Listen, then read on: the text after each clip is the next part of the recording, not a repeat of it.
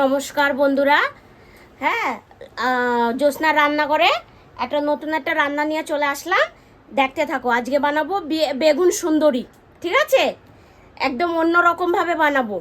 তার জন্য আমি দইও কিনে নিয়ে এসেছি। এই দেখো বন্ধুরা, দইও কিনে নিয়ে এসেছি। আমি এটা এখন কেটে নুন জলে ভিজিয়ে রাখবো। হ্যাঁ, নয়তো মানে ভালো হবে না। এখন আমি বেগুনটা কেটে নেব।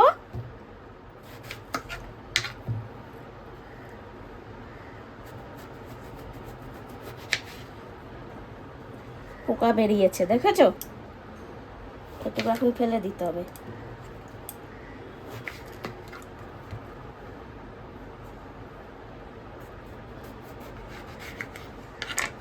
এরকমই রাখবো। জলে ভিজিয়ে দিলাম।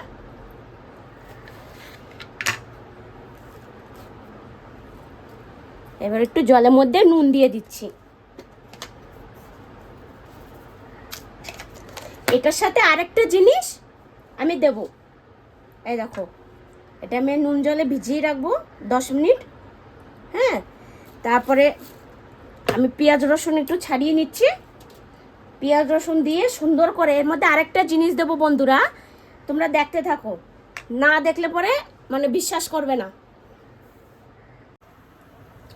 এই দেখো বন্ধুরা, কড়াই আমি বসিয়ে দিয়েছি। আমি এটার মধ্যে একটা জিনিস ভেজে নিয়েছি। আমি বললাম না আমি একটা জিনিস দেবো এটার মধ্যে, আমি লাস্টের দিকে দেখাবো। তো ওই জিনিসটা আমি ভেজে নিয়েছি। আমি আরেকটু তেল দিয়ে দিচ্ছি।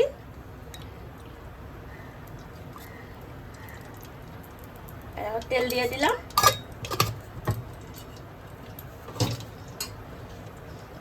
আর এটাতে আমি এখন নুন হলুদ মেখে নেব।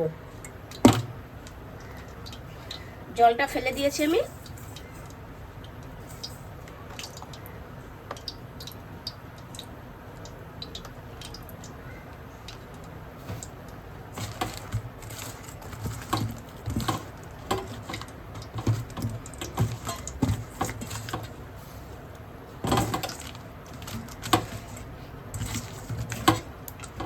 আমি লাল করে একদম সুন্দর করে বেগুনটা ভেজে বাকি মশলাগুলো করে নেব আমি।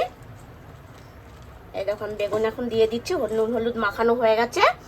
আর বেগুন সবসময় না এইভাবে দেবো, তাহলে না বেগুনটাতে তেল কম মানে যায় ভিতর দিকে।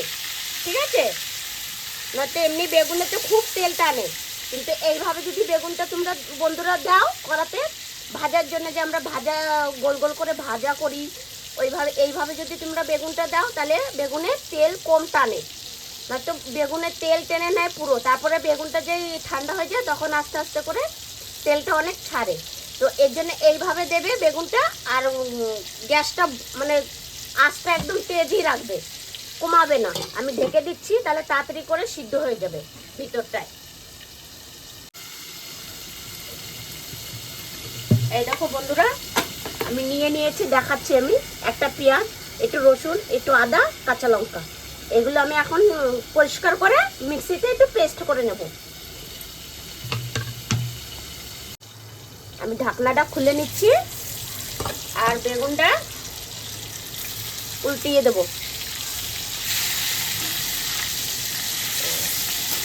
এবার অনেক তাড়াতাড়ি ভাজা হয়ে যাবে, একদম সুন্দর রেড হয়ে যাবে। হ্যাঁ, এরকম করে তোমরা ঘরে ভাজবে, দেখবে অনেক তাড়াতাড়ি করে হবে। কেন এই পাশটা তেল টানে না, ওর জন্য এই পাশটা প্রথম দিকে দিলে, পরে এই পাশটা দিলে খুব তাড়াতাড়ি ভাজা হয়ে যায়। একদম সুন্দর আর লাল লাল করে মানে রেড রেড করে ভাজা হয়ে যায়। এই ঢাকাটা খুলে বন্ধুরা,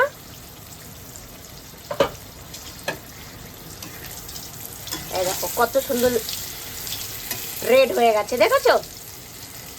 আর একদম নরম হয়ে গেছে, দেখো। আর অনেকক্ষণ আমি নুন জলে ভিজিয়ে রেখেছি, আরও ওটার জন্য আরও সুন্দর হয়েছে। আর এটা বললাম না আমি একদম অন্য ধরনের বানাবো, একদম বেগুন সুন্দরী, নতুন পদ্ধতিতে একদম। আমি যেইভাবে বানাচ্ছি তোমরাও বন্ধুরা এরকম এরকম ঘরে বানাবে, তারপর বানিয়ে খেয়ে দেখবে কত টেস্ট হয়। আমি একটু দিয়ে দেব গরম মশলা ফোড়ন।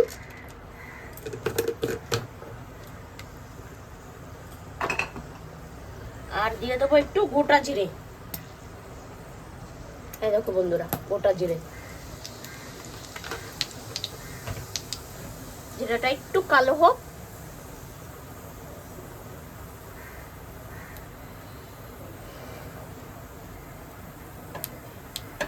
আর এই জিনিসটা আমি দেবো, কে বলতে পারো দেখি তো, কমেন্টে বলো তো যে এই জিনিসটা কি। এবার আমি মশলা দিয়ে দেবো। এখন মিক্সিতে পেস্ট করে রেখেছি, ওটা ঢেলে দেবো।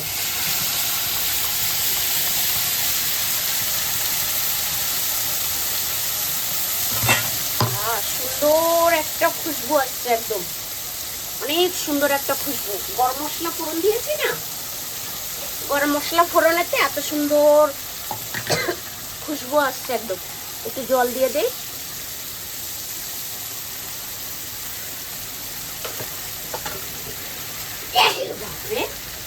এবার একটু নেড়ে দেই ভালো করে।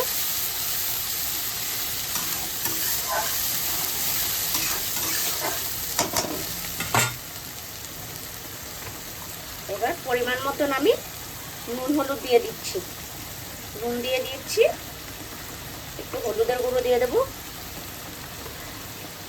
একটু ধনিয়া পাউডার দিয়ে দেবো, আর একটু লাল লঙ্কার পাউডার।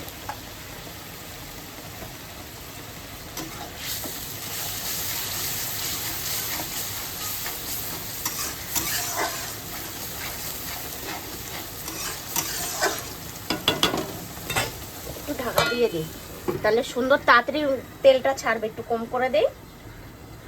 মশলাটা ভালো কষাতে হবে, নাহলে কিন্তু ভালো লাগবে না। কাঁচা থাকলে পরে একদম কাঁচা কাঁচা গন্ধ থাকবে। আর যত মশলাটা ভালো কষাবে বন্ধুরা, তত তরকারিটা খেতে ভালো হবে। হ্যাঁ, তো একটু হতে থাক, আমি একটু। এই দেখো বন্ধুরা, আমি ঢাকাটা খুলে দিচ্ছি। খুলে আমি একটু দেখে নিচ্ছি কত সুন্দর মশলার কালার এসছে, দেখেছো? দারুণ কালার আসছে না? এবার আমি এটার মধ্যে দিয়ে দেবো 1 চামচ টক দই, বড় 1 চামচের। এই দেখো 1 চামচ টক দই দিয়ে দিচ্ছি।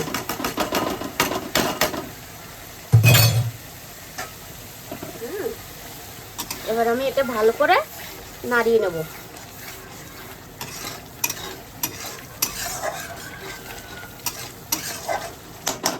আর একটু ঢাকা দিয়ে দিই।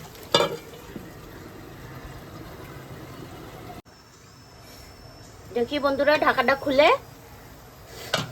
এই দেখো সুন্দর তেল ছেড়ে দিয়েছে, আর কড়াতেও লেগে আসছে। একটু গ্যাসটা বাড়িয়ে দিই। সুন্দর ভাজা গন্ধ আসছে কিনা, সুন্দর ভাজা গন্ধ আসছে, মানে খুশবু আসছে খুব খুব সুন্দর।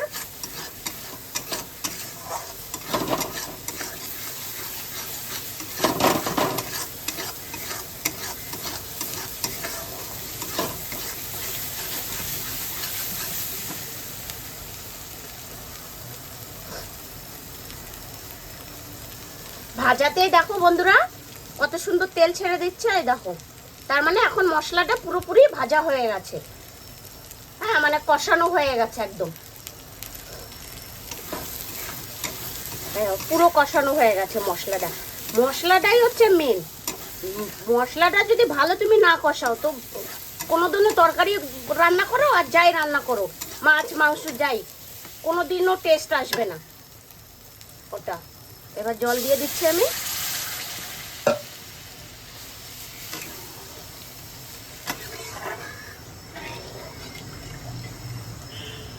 একটু জল দিয়ে দেবো।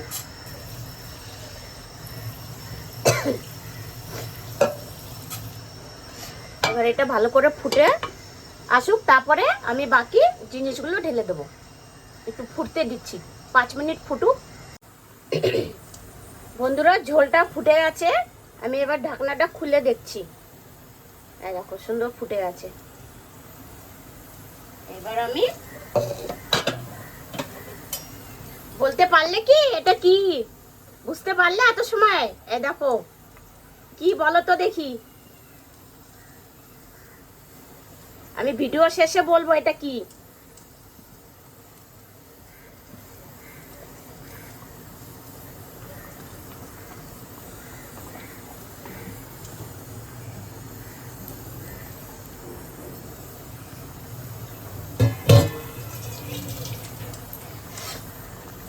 এটা আগে ফুটে নিই, তারপরে বেগুনটা দেব। একটু ঢাকা দিয়ে দিচ্ছি, তোমরা দেখতে থাকো আমি লাস্টে আরো কি কি দেই। আবার আমি ঢাকাটা খুলে নিচ্ছি।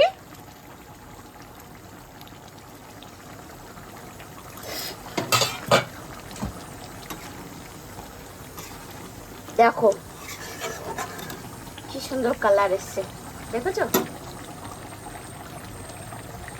এবার আমি বেগুনগুলো দিয়ে দেবো।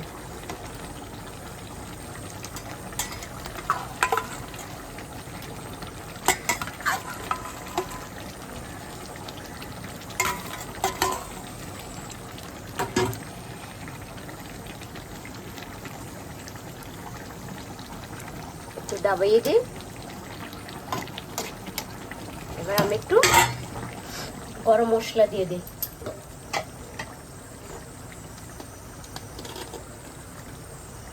এটা তো তোমরা জানোই আমি ঘরে বানানো গরম মশলা, এটাই দিয়ে দিই।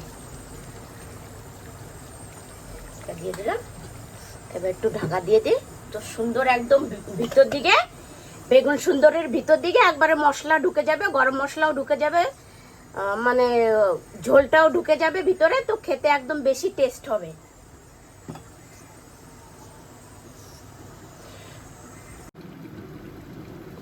বন্ধুরা তরকারি হয়ে গেছে, এবার আমি গ্যাসটা বন্ধ করে দেব আর তরকারিটা নামাবো।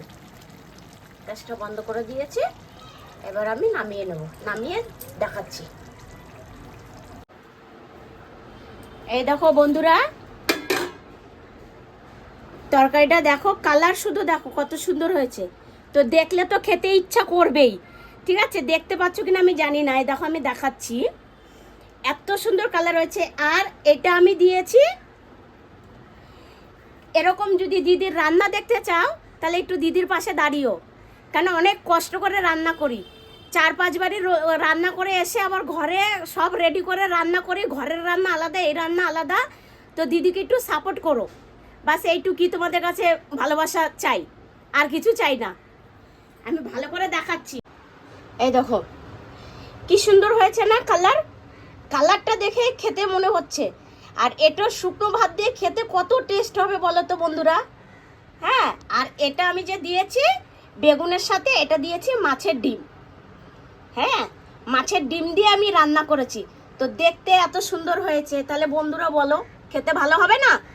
তাহলে দিদিকে একটু সাপোর্ট করবে না? দিদি এত কষ্ট করে রান্না করে, 4-5 বারই রান্না করে এসে ঘরে এত সুন্দর করে রান্না করে, দেখেছো? তো এত সুন্দর যদি ভিডিও দেখতে চাও তো দিদির পাশে একটু দাঁড়াইও, দিদিকে একটু সাপোর্ট করো, বাস দিদিকে আস্তে আস্তে সাপোর্ট করো, চলবে, কিন্তু দিদির ভিডিওগুলো দেখো। আর এরকম ঘরে রান্না করে খেয়ে দেখো, খুবই ভালো লাগবে। তোমরা বাইরে খেতেই ভুলে যাবা যে এত সুন্দর যদি রান্না হয়, তাহলে কেউ বাইরে খেতে যাবে বলো বন্ধুরা? তো ঘরে ট্রাই করবে নিশ্চয়ই। চলো বন্ধুরা টাটা। রান্না করেছি, এবার দেখো পুরো ঘেমে কি অবস্থা। হ্যাঁ, ঘেমে একদম পুরো জল হয়ে যায়, জামা কাপড় একদম পুরো ভিজে টুপটুপে হয়ে যায় একদম।